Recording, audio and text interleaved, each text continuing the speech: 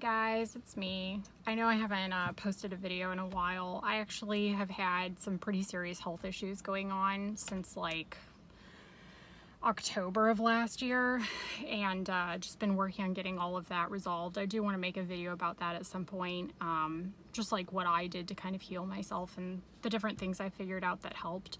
But I've had that going on. I'm also in the process of moving, and then I also am actually working on a book now. I think it's going to be more of like an activity workbook, not just something that you just read like my videos or something you just listen to, but I really have had quite a few ideas for different activities that people could do, kind of like a workbook style, to learn about how they think about intimacy, how they think about trust, how they think about strangers, just to encourage people to sort of explore themselves, because I don't know, where each person's at with those things, and I think it just could be, I don't know, more fun and more engaging and more interesting to kind of do a book that way. So that is another thing I've been working on. I did want to say in the meantime that I don't really check out my channel a lot, and yeah, I was genuinely kind of like shocked to see that I'm almost at 6,500 subscribers. So to everyone new on my channel who has found my videos, who has been sharing my videos, thank you very much. I continue to be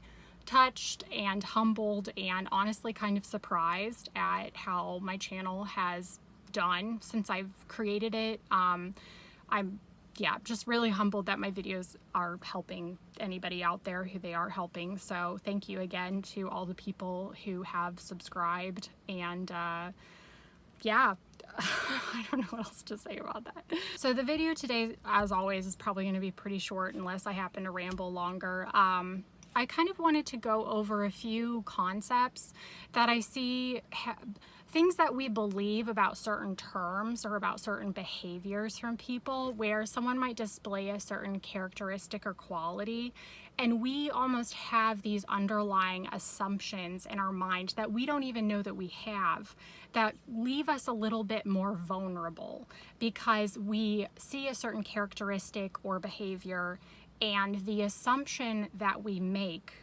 about what automatically what secondary quality automatically comes with that first quality is dangerous and not necessarily true. So I just wanted to go over a couple of those today, just in case, once again, this is something people hadn't considered, or again, could be something that helps people stay safer out there when they are engaging with strangers.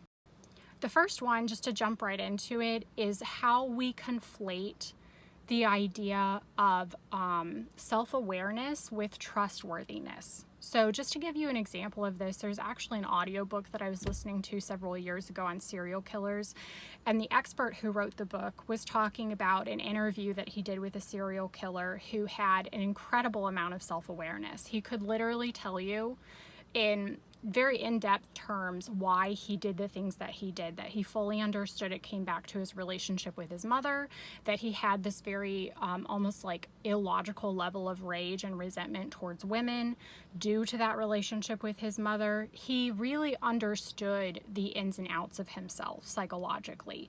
However, the point that the author made in regards to this, which has never left my mind ever since I heard it, is that just because he was self-aware and understood the whys of what he did not mean that he was trustworthy or that he was going to stop doing the things that he did.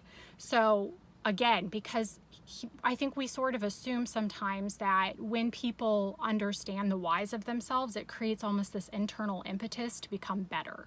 And that's not necessarily the case. That's also been true in my own life with some of the people that I've met who are more emotionally immature or grandiose or struggle with whatever they're struggling with.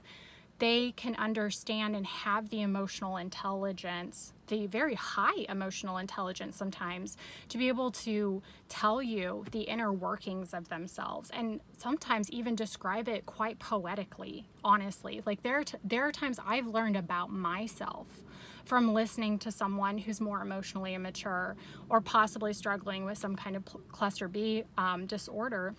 I've learned about myself from listening to them and the things that they've realized. However, with several of these people, what I also saw and what was very evident from witnessing their behavior and how they went out and behaved in the world with other people, and also how they treated me, was they liked feeling that intelligence. They liked witnessing that intelligence within themselves. It boosted their self-esteem to be able to know that they knew more about themselves than maybe other people even did. And also it boosted their self-esteem and their ego to be able to brag in a sort of way that they did have this type of emotional intelligence. So whereas with many other people, you know, we go on that journey, that inner journey with ourselves because we want to become better. We want to treat others better. We want to grow.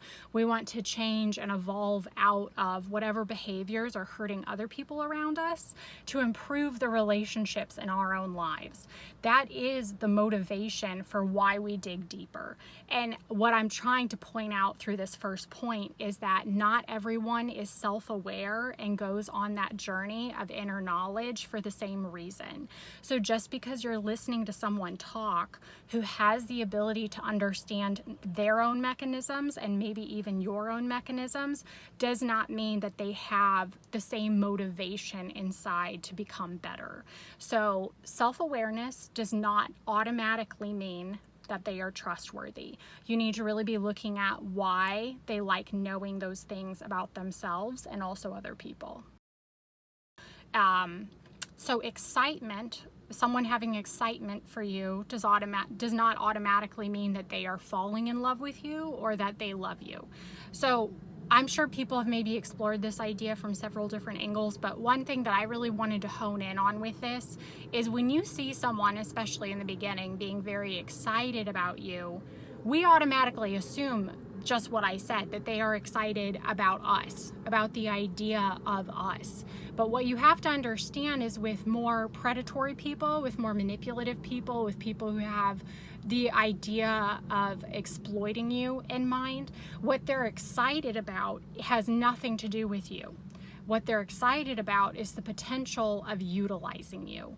What they're excited about is possibly seeing what are red flags in you to where they see that you are a pushover, you are someone who does not respect yourself, and they're very excited about the fact that they have now found a weak person who they can exploit. They are excited that they have now found a new target who they think it's really going to work out with to be able to utilize in whatever way they want to utilize. So again, we oftentimes, because they tell us this as well, they tell us that they're excited about us. They compliment us on all the ways that they're excited about us. You know what I mean? Because we're so special and all the things I've covered in my other videos with the pedestal roles. But you really have to understand that while that excitement might be very genuine, because I do think sometimes it is genuine excitement, what the excitement is about is not about us. It's about what they see that they can do with us. So just also be aware of that and maybe help that keep you tethered to the ground instead of floating away on a pink cloud that they're trying to build for you to float away on. Remember that while the emotion is very real, you want to learn what the real root of that emotion is, and that takes time. As always, like I've always said, go slow because it takes time. Possessiveness does not automatically mean that they are protective. Possessiveness is not protectiveness. So someone can want to control you, and someone can want to own you, and someone can feel that possessive nature, which can oftentimes look like protectiveness. True protectiveness not only means that they want to protect you from the harms of the world, but they also want to protect you from the harms that they themselves might accidentally cause you. That's the real split that I see, because a lot of times when people are controlling, they obviously mask that controlling nature and that possessive nature as them having your best interest at heart. You know, they're concerned that you're going out with all these people because they're not good for you. They're concerned about the relationships you're having with X, Y, and Z people over here because they're not good for you. You know, there is this sort of idea of, I see what it is that you need in your life, and I want better for you. You know, I want you to achieve those things for yourself. I want people to treat you right.